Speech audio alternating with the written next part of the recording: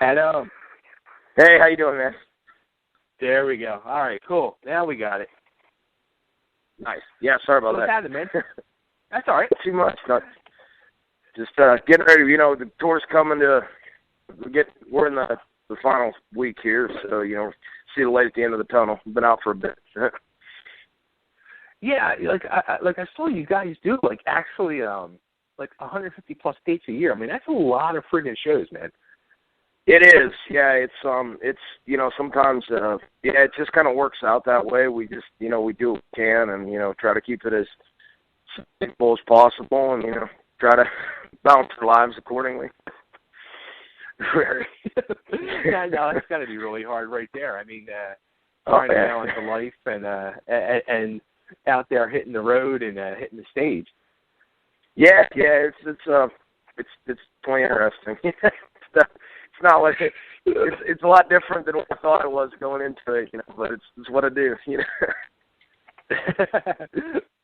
So going into it, I guess a lot of people probably think that, like, they're just probably thinking, like, all right, you get to play some music, hang out with your friends, and have a good time, you know, party, find some girls, and then you realize it's like a whole other world. Oh, yeah. You know, I look at my friends who run, like, you know, like, I don't know, conventional businesses, and you're like, yeah, that's essentially the same damn thing we're doing, you know? You're looking at, you know, it's like spreadsheets. Yeah, you have schedules where you have to be. I'm like, this wasn't what I thought when I opened up my first Kiss album. I thought I was going to spit fire and shoot sparks out of my guitar, man. Right, it looks so much different looking at those album covers. That's awesome. It's good times, yeah, but it's cool, you know. It's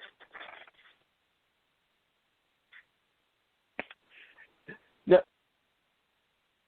You there? Yeah, I think I lost you for a second. Okay, I'm back. Okay.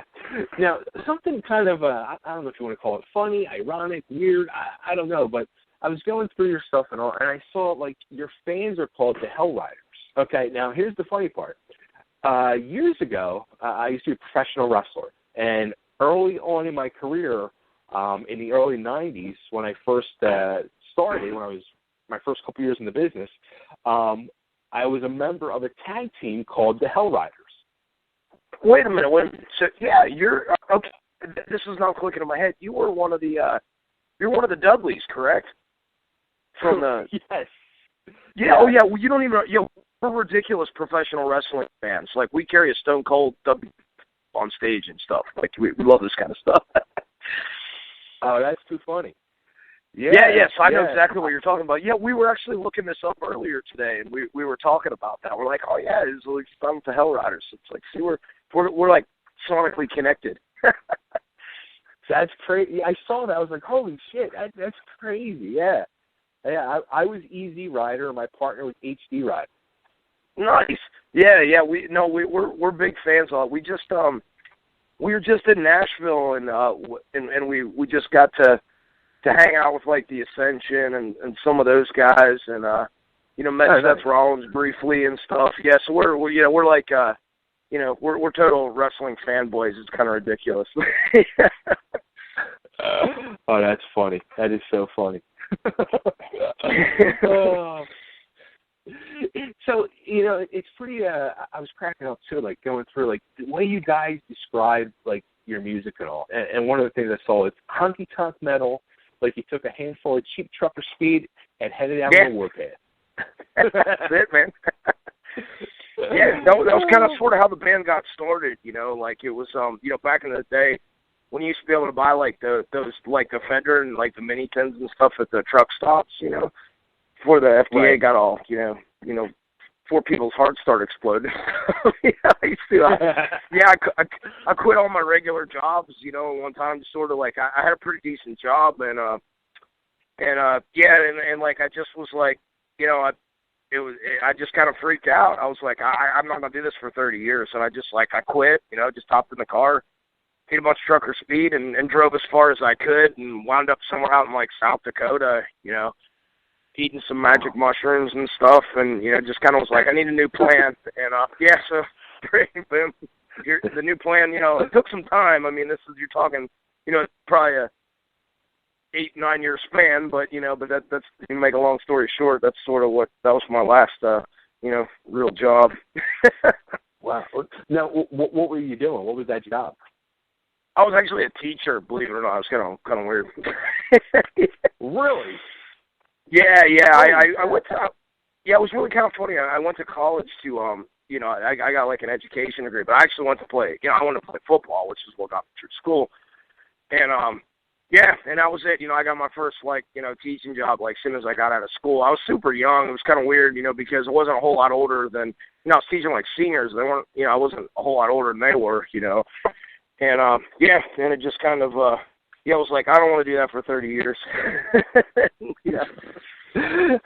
Now you went about this whole thing ass backwards.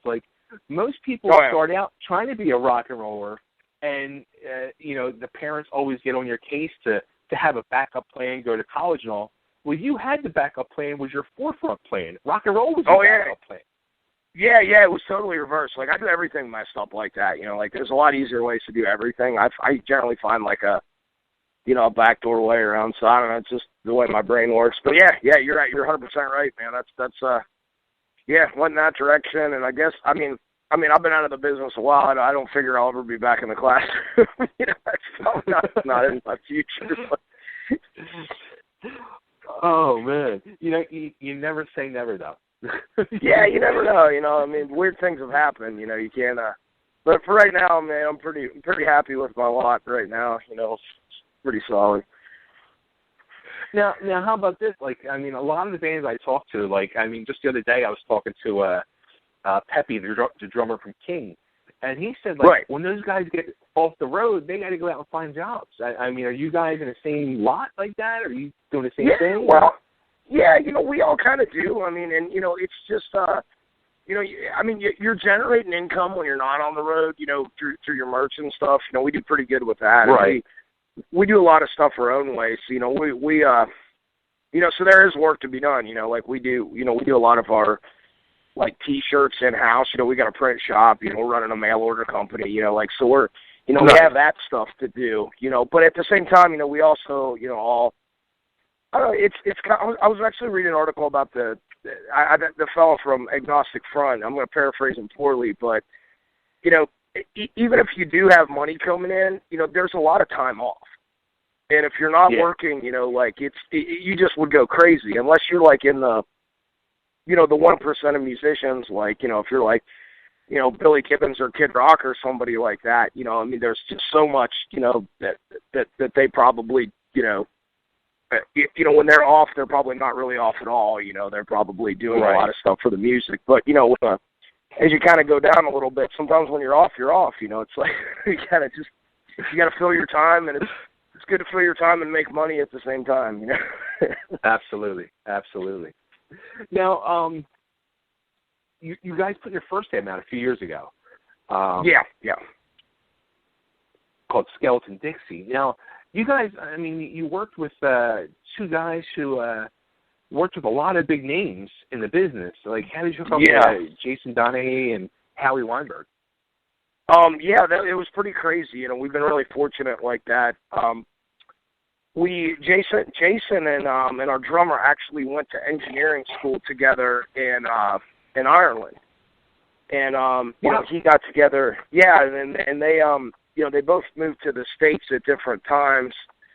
And Jay obviously went on. He started working with Jake Rodenhouse at Perfect Sound Studios in L.A., and that's where they did a lot of pretty awesome stuff up there. And they also they work with a lot of hip hop people and stuff, and they really just wanted working with us was kind of like their creative outlet a little bit. It was something they wanted to work on versus something that they were making top dollar off of.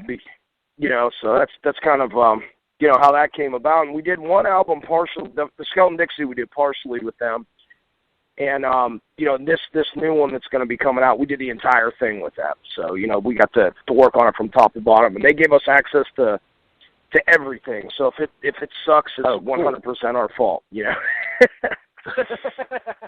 Yeah, if I wanted a 1969 Plexi, if I was like, no, I want to, I get my weird head. I was like, no, I want to record the vocals back where I live, like in Appalachia. So they flew out there with, Neves preamps and stuff, and basically let me record, and where I live and stuff. So like my vocals, so it was, all our weird stuff like that. They they worked with us and got us, the gear we wanted, everything we needed, and yeah, it was cool, So if it, like I said, if it sucks, it's 100% our fault.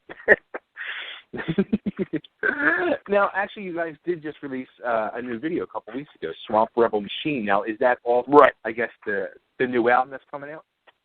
Yeah, it will be on the new album that's coming out. We kind of put it out ahead of time, and it's been really cool. Like we're kind of the band that a lot of like labels and people like that, we're like, oh, you guys don't write singles, you don't sound like Radio Rock, you don't do this, and blah blah blah. I'm like, yeah, whatever. We do what we do. We just try to make good music, and we put it out there, and now it's getting picked up by like a good bit of radio stations and stuff, and it's kind of funny because we basically violated like every rule that we were advised to do with it, and ended up working out. So I kind of laugh at it.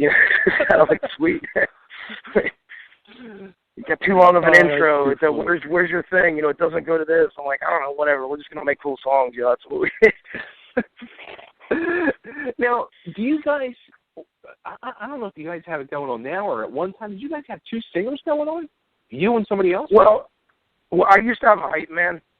I was watching videos of like James Brown and Morris Day in the time and stuff, and they all had a hype man. So I was like, well, I need a redneck hype man. So we had one for a little while, and we took him out on the road, and it was pretty cool. He makes an appearance on the album and stuff, but we kind of, we've at times had 3 guitar players, and we just sort of have trimmed it down a little bit now. We're just using the 4 of us.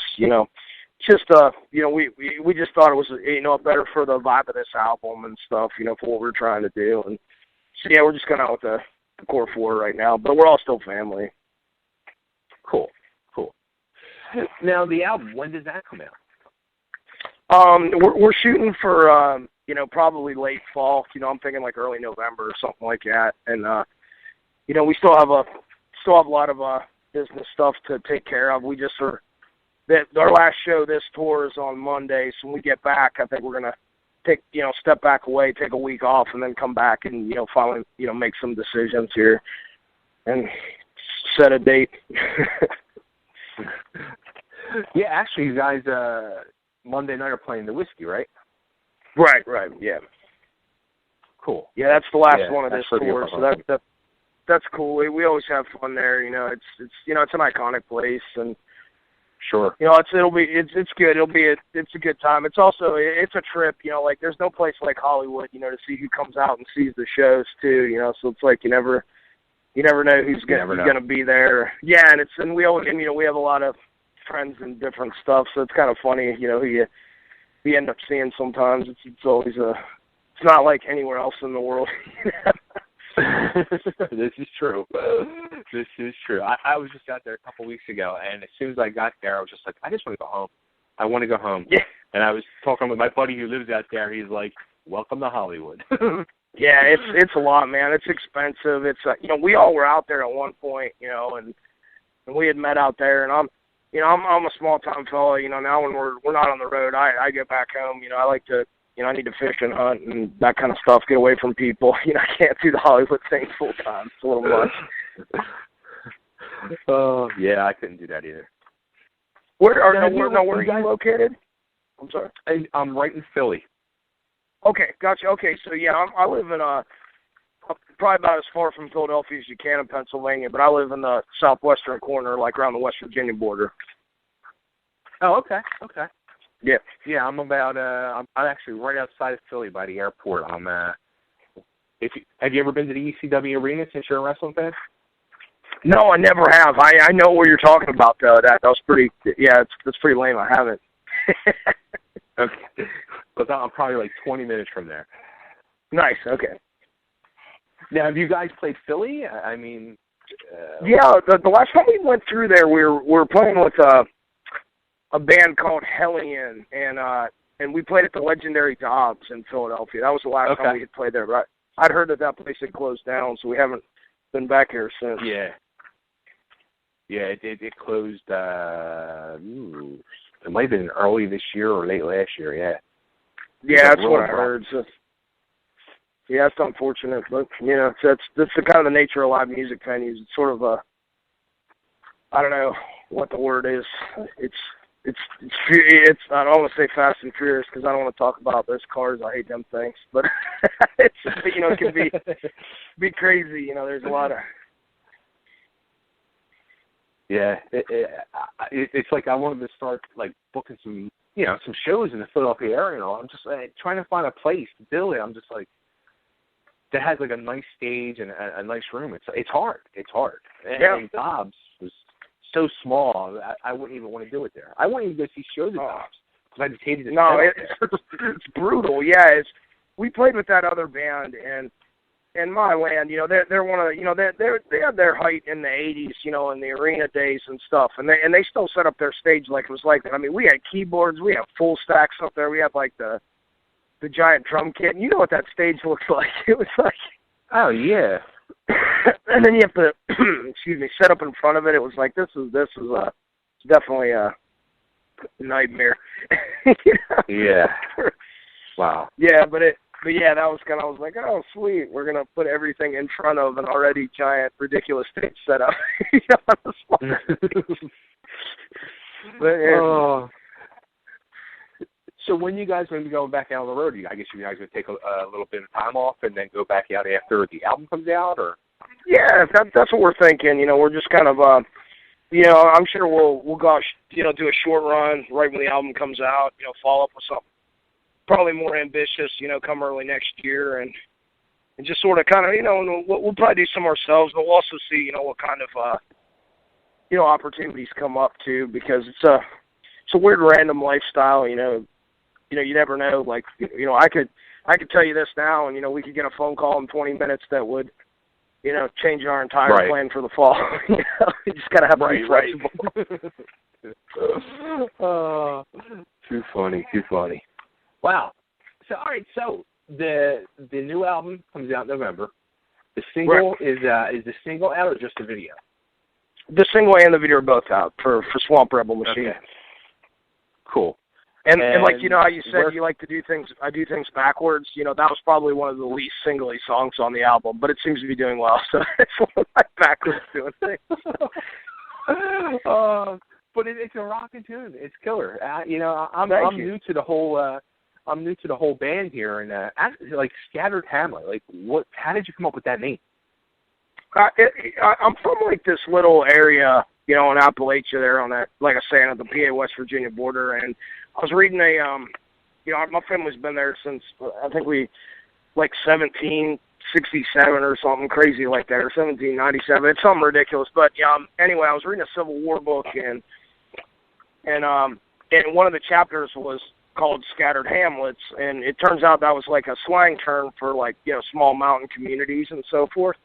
So I was like, oh, that sounds cool. So I named the band that. Now, in hindsight, we should have done something a little more obvious because, you know, unless you know exactly what that means, you know, when you first see that, you might not really understand what the band's about. So, but, you know, it is what it is. We're kind of, there's better band names and there's worse ones. There's a lot worse now. So that's what I figured. It works. It works. Like, yeah, you know, people are like, oh, is that Shakespeare? You know, I'm like, no. See, that's what I was thinking, like some type of Shakespeare song. But I always look at it like, when I see a band name, can I see it up in lights?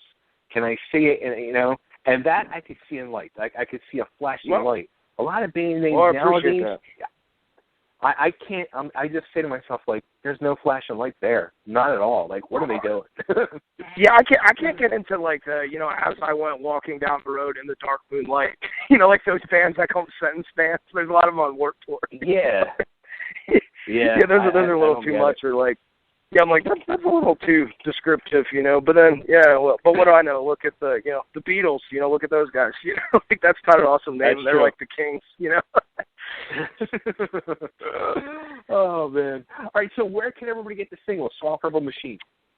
Swamp Road Machine is, if you just want to watch a video, you can check it on YouTube or on our Facebook page, or the single streaming, or, you can download it from iTunes. You can stream it from any of your, favorite streaming things. I'm sure there's all these crazy, like, Russian torrent sites where you can do it for free. I prefer you don't take it for free because I like to eat. But, it's out there, Oh, that's too funny. And how about, you guys got a whole store on the website and a bunch of killer shirts and all, which I want to get that Hellrider shirt. Oh, sweet. Yeah, man. Just shoot us a line or something. We'll get you fixed up. Not a problem. We do have a pretty extensive merch collection. We kind of, for me it all goes back to Kiss. I don't have an SH coffin yet or anything, but we've got we've got a lot of junk on it. Oh man, cool. All right, man. Well, this has been awesome. It's been great talking with you. Great meeting with you. I'm gonna start spinning this tune on the show because it's brother, rocks. Well, thank you, brother. We really appreciate that. And like I said, shoot me a line or something if you need anything. We'll get you fixed up. All right. Awesome, man. I appreciate it. And let's get you back to Philly, man. Let me work on that. All right. Yeah, let's do it. I would love to come back. Cool. All right, man. Take care and talk soon. Okay. We'll talk soon, man. Thank you. Bye. Yeah. See ya.